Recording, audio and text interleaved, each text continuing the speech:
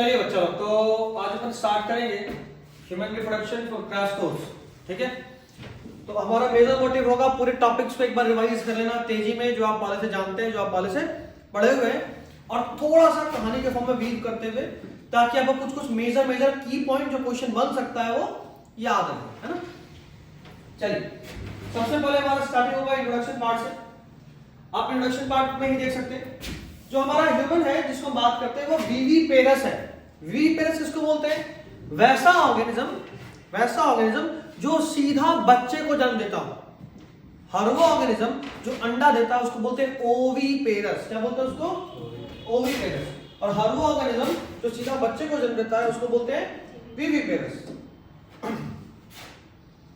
तो जो ह्यूमन है, ओविपेरस का मतलब gives birth directly to young ones।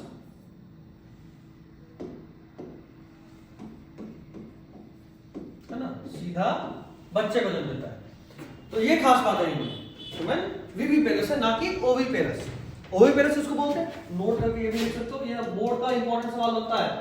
MCQ पे मेजर फोकस है मेरा पहले, क्योंकि सब्जेक्टिव तो पक्का लड़वा लेंगे। एमसीक्यू के लिए बहुत पढ़ना पड़ेगा, क्योंकि ये पूरा चैप्टर थ्योरी है, फिजिक्स या केमिस्ट्री नहीं है जहां, या मैथ्स नहीं जहां आप एक फार्मूला जाने और उस पे बेस जितना सवाल बनेगा सब बना सकते हो। नहीं, ये थ्योरी है, हर चीज डाटा है। अगर याद है तो टिक करोगे, नहीं याद तो गया, है ना। तो इसलिए जितना ज्यादा ओवरऑल रिलेटेड कंक्लूड कर सको वो ज्यादा दिमाग में। वर्ड्स पे फोकस करना है, वर्ड्स पे या सेंटेंस। ये आपको पीडीएफ के फॉर्म में मिल जाएगा, कोशिश करेंगे प्रिंटेड भी मिल जाए, बट मेजर मोटिव क्या रहेगा, आपको वर्ड्स पे फोकस करना है। ठीक है, सबसे पहले विविपेरस, इसको नोट करके लिख लीजिए। और दूसरा इसका उल्टा होता है ओविपेरस। ओविपेरस, ओविपेरस का मतलब क्या होता है? विच लेज एग्स। ठीक है,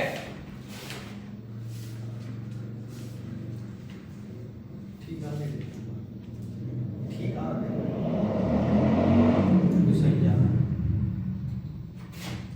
चलिए ठीक है। मतलब पूछने का मतलब ये है कि आप लोग क्या इस पे कंफर्टेबल है ना? प्रैक्टिस बढ़ाए घटाए कुछ कंफर्टेबल है?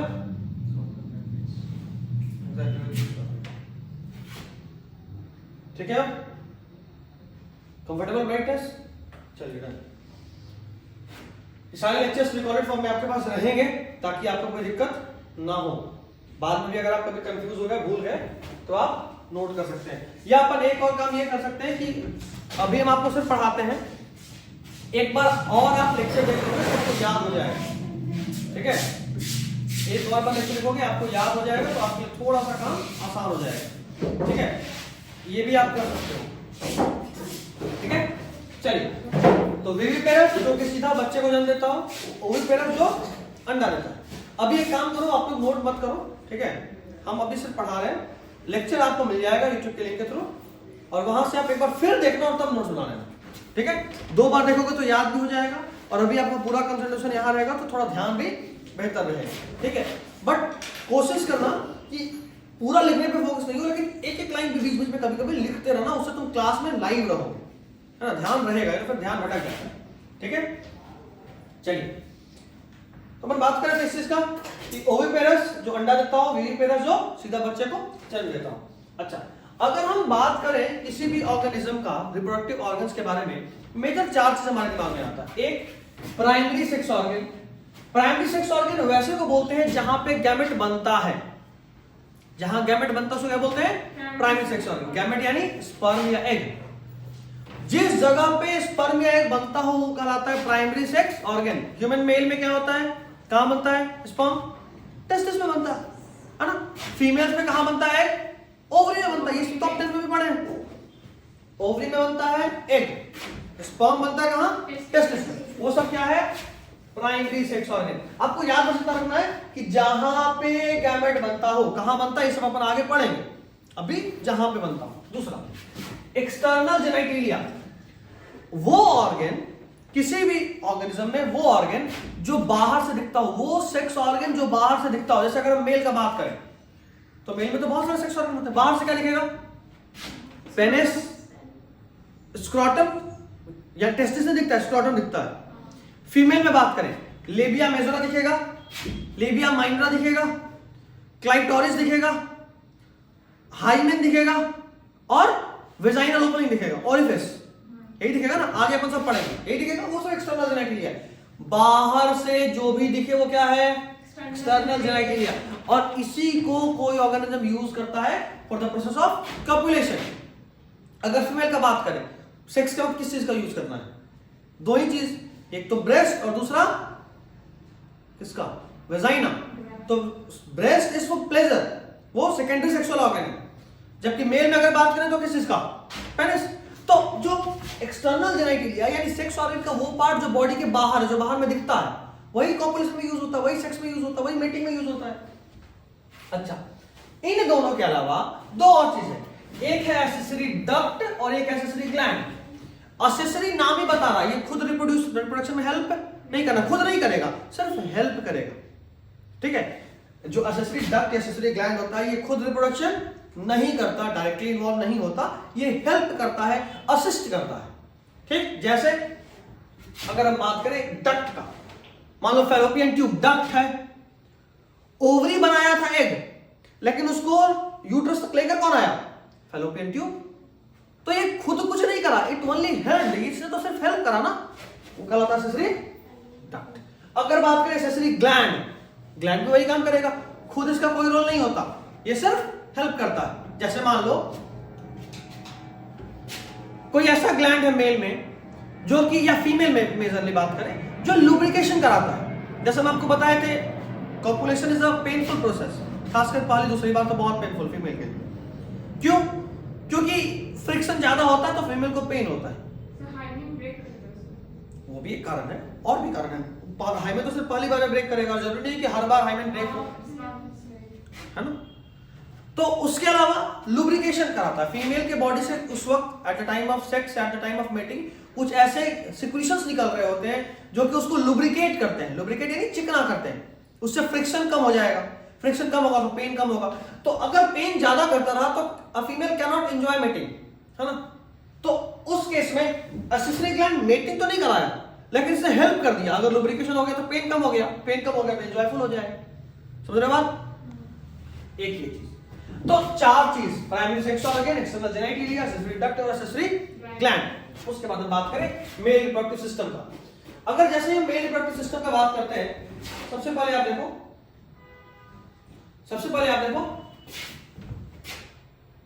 लिखना कुछ नहीं है, रिकॉर्डिंग देखकर ही आप नोट्स बनाएंगे। ठीक है, सबको दो बार देखना लेक्चर, एक अभी क्लास में और एक रिकॉर्डिंग। अभी सिर्फ पढ़ेंगे, घर पे जाके जब देखेंगे तो नोट्स बना लेंगे, जो भी आपको इंपॉर्टेंट लग रहा है लिख लेंगे, क्योंकि वहां पे आपको समय होगा वो भी लिखने का जो हम सिर्फ बोल रहे हैं। जो लिख रहे हैं वो तो सब लिख लेगा, लेकिन जो बोल रहे हैं वो भी लिखने का उस वक्त समय होगा। तो उस वक्त अपने चॉइस के हिसाब से जो आपको पता है ठीक है, जो नहीं पता वो सब कुछ लिख लीजिएगा।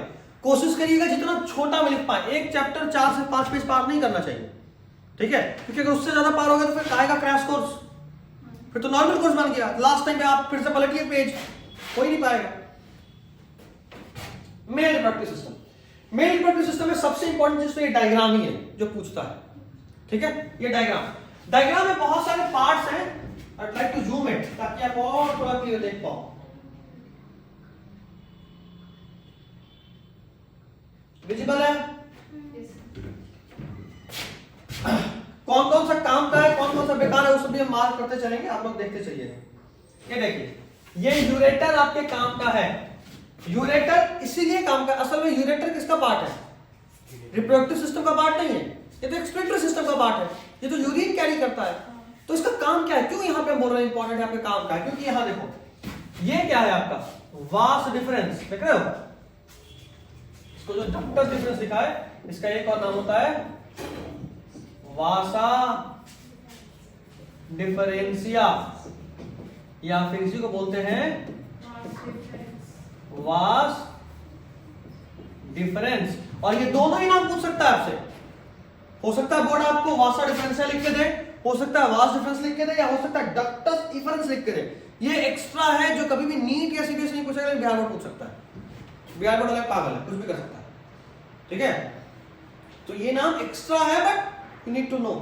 आपके दिमाग में एक बार घुस जाना चाहिए कि डक्टस डिफरेंस लिख दिया उसका मतलब वासा डिफरेंशिया है। उसी तरह वासा इफरेंशिया को डक्टस इफरेंशिया भी कई बार लिख देता है, ठीक है, वो ध्यान रखना है। खैर ये देखिए, यहां देखो इंपॉर्टेंट क्यों है यूरेटर, क्योंकि देखो ये यहां पे एक बार उसको राउंड कर रहा है, देख रहे हो ऐसे यूरेटर आ रहा है, जो मेरा वास डिफरेंस है जो सीधा ऐसे आ रहा था वो एक बार से घूम के आ रहा है, देख रहे हो बात। और ये घूमने की वजह से इंपॉर्टेंट है कि हमारा वासा डिफरेंशिया जो है वो यूरेटर को एक राउंड घूम के आता है, ठीक। अच्छा, जहां तक का बॉडी पोर्शन शरीर के अंदर है, एब्डोमेन पेट में है, ठीक है, पेट के अंदर, ये बॉडी के बाहर और ये बॉडी के बाहर, ये दोनों कहां होगा, स्क्रॉटम में, पाउच लाइक स्ट्रक्चर, क्या नाम है उसका,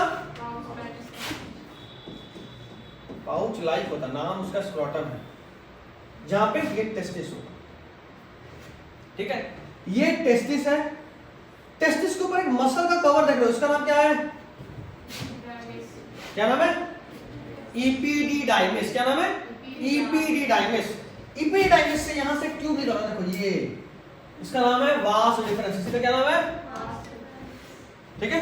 वो कहां देखो, देखो कहां से लेके आया, वो यहां से घूम के आया, आ रहा है, यहां पे पहला ग्लैंड उससे मिला, क्या नाम है, सबसे बड़ा है, उसके बाद उससे दूसरा ग्लैंड मिला, कौन सा,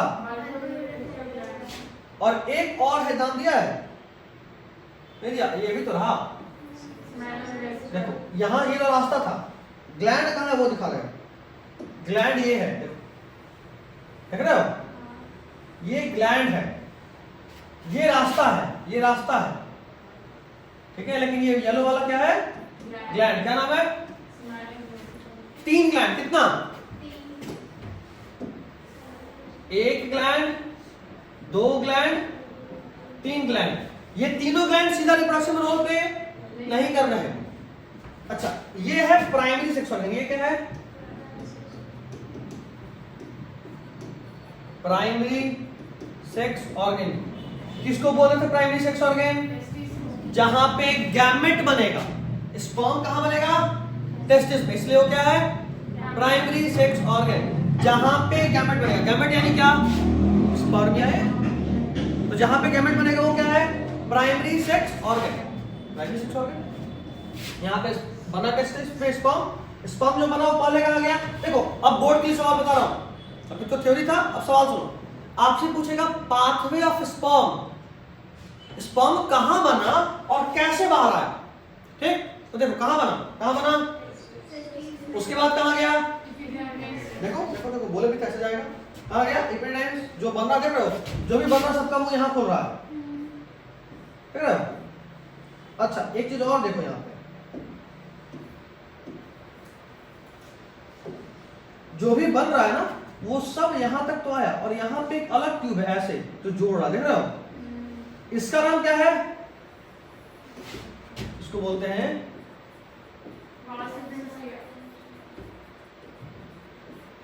वासा डिफरेंशिया।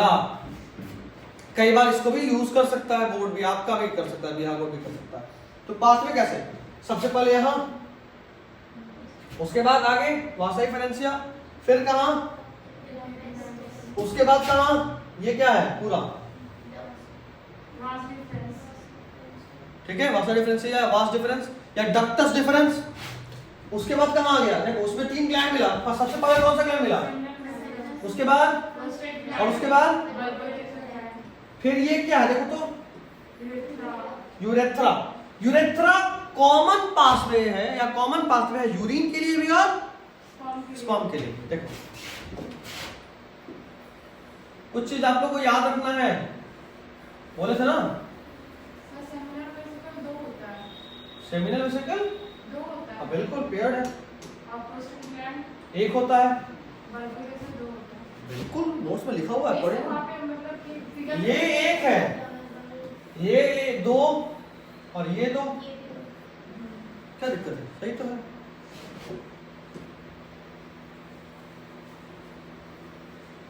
देखना जरा ध्यान से देखना, ये जो यूरेटर है यहां पे आया था यूरिन लेके, इसके लिए भी ये कॉमन है, यूरिन भी यहीं से निकलेगा, और स्पर्म के लिए भी देखो, यहां से स्पर्म आया, उसके लिए भी ये कॉमन है।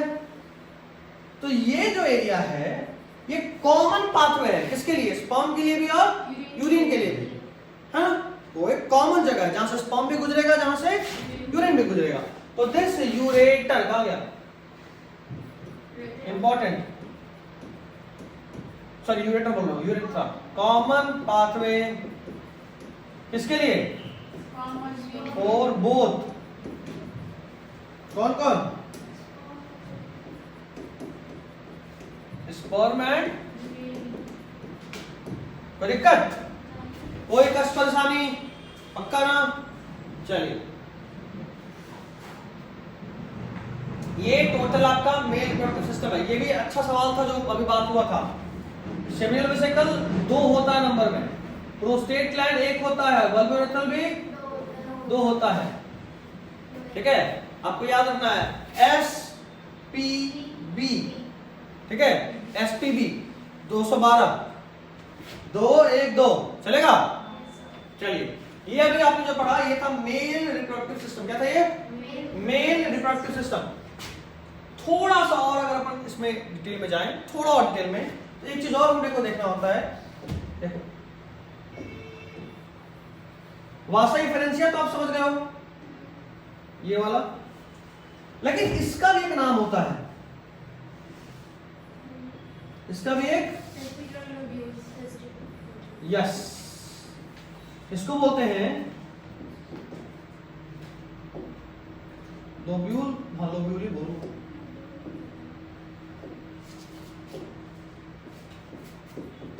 Testicular lobules.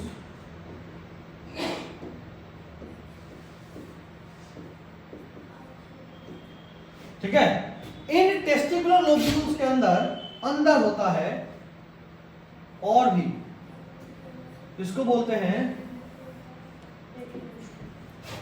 सेमिनल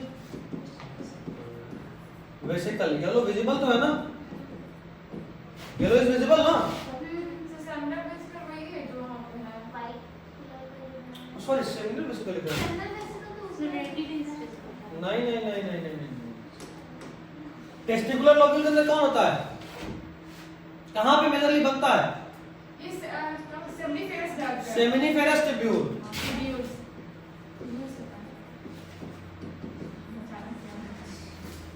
सेमिनिफेरस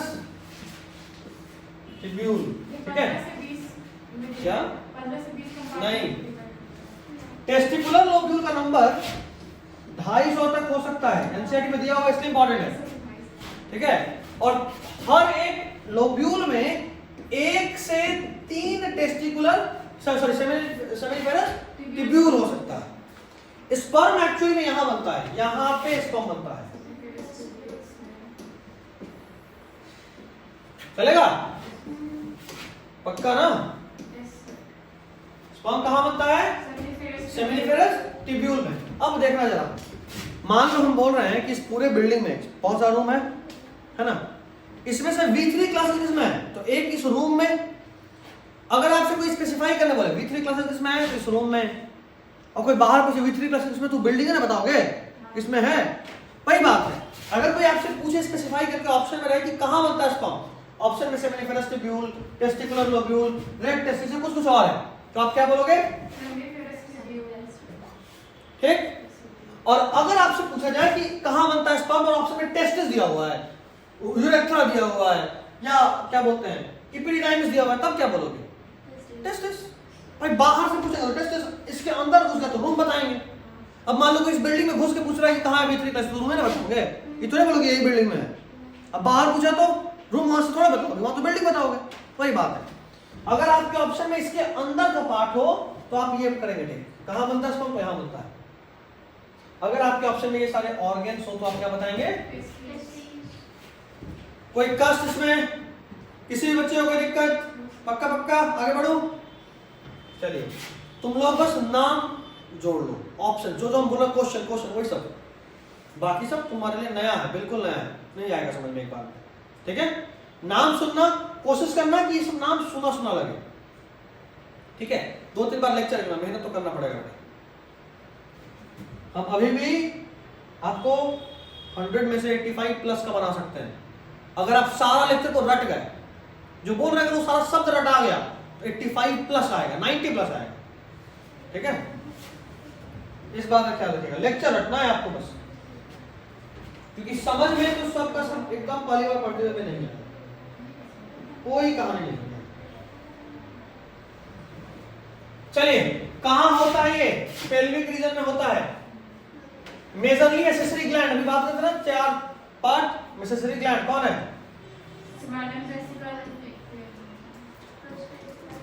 सब 200 बार नहीं पाए, 2 इन नंबर, 1 इन नंबर, 2 इन नंबर। 2 इन नंबर को 1 पेयर तो बोल सकते हैं। दिख रहा है? सेमिनल वेसिकल में ये इंपॉर्टेंट पॉइंट है, इसमें सेमिनल प्लाज्मा होता है, जिसमें सबसे इंपॉर्टेंट चीज ये है। इंपॉर्टेंट चीज क्या होता है उसमें? फ्रक्टोज क्या करता है? देखो, हमारे हर बॉडी सेल में glucose as energy source use करा जाता है।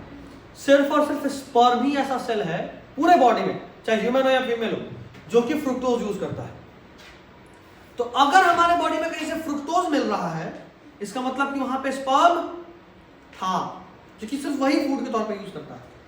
तो इसको रेप केसेस में यूज करते हैं। कहां यूज करते हैं? रेप केस में। अगर किसी का रेप हो, उसके बाद डॉक्टर के पास होता है ना, मेडिकल होने जाते हैं फीमेल, उस मेडिकल में जो डॉक्टर है वो यही टेस्ट करते हैं। अगर उसके वजाइना में फ्रुक्टोज मिल गया, मतलब तय बात है कि वहां स्पर्म तो गया होगा। फीमेल बॉडी में तो और फ्रुक्टोज बनता ही नहीं, तय बात है कि स्पर्म गया है, यानी वो झूठ मूठ किसी को इल्जाम नहीं लगा रही। ठीक है, उसको कंफर्म करता है। उसको क्या करता है? ये कंफर्म करता है। कौन? फ्रुक्टोज। उसके अलावा इसमें कैल्शियम होता है। कैल्शियम स्पर्म के मूवमेंट में रोल प्ले करता है। सबका रोल भी थोड़ा याद रखना। फ्रुक्टोज छोड़ दो, या इसको कर सकते हो फूड ऑफ स्पर्म, क्या ये स्पर्म का फूड है। कैल्शियम कहां यूज होता है? Use for sperm motility, sperm के मूवमेंट में कौन यूज होता है? कैल्शियम।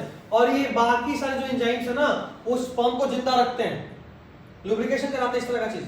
अच्छा, अगला बल्बोरेशन का काम देखो। अभी बताया था अगर ये लुब्रिकेशन नहीं हुआ तो बहुत पेनफुल होगा फीमेल के लिए, है ना, तो उसको हेल्प करता है।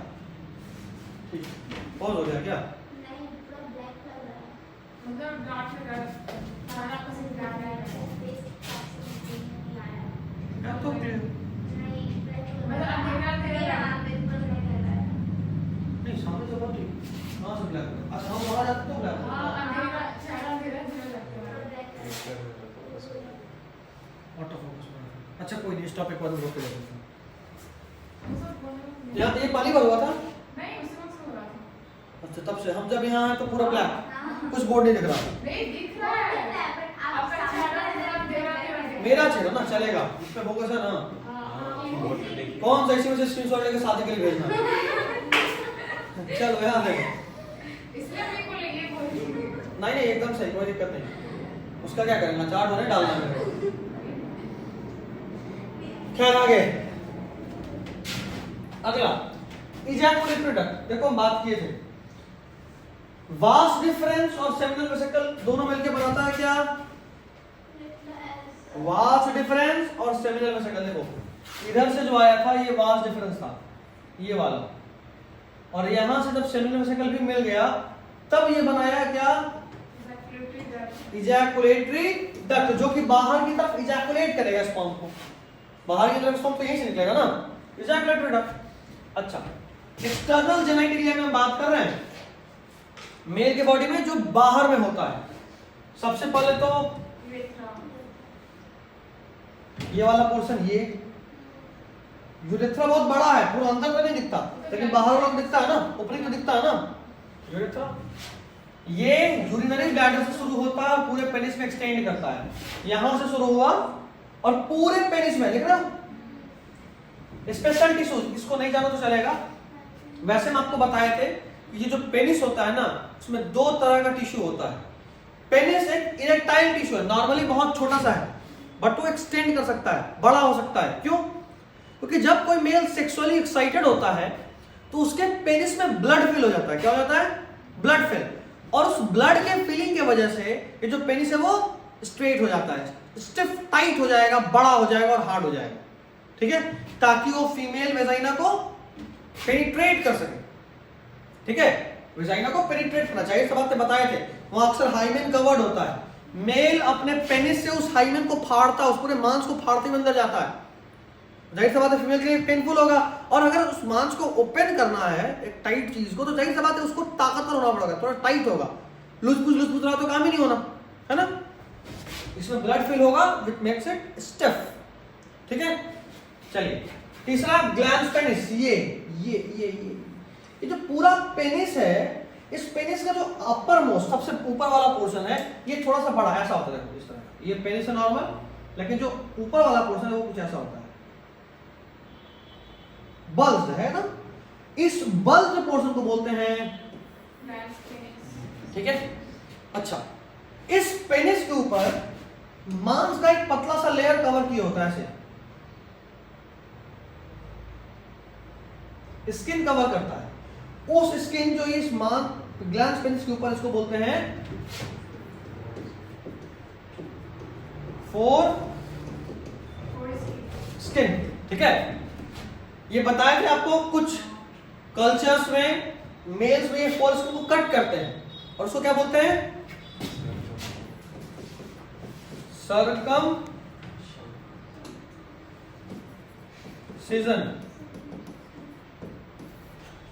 ठीक है।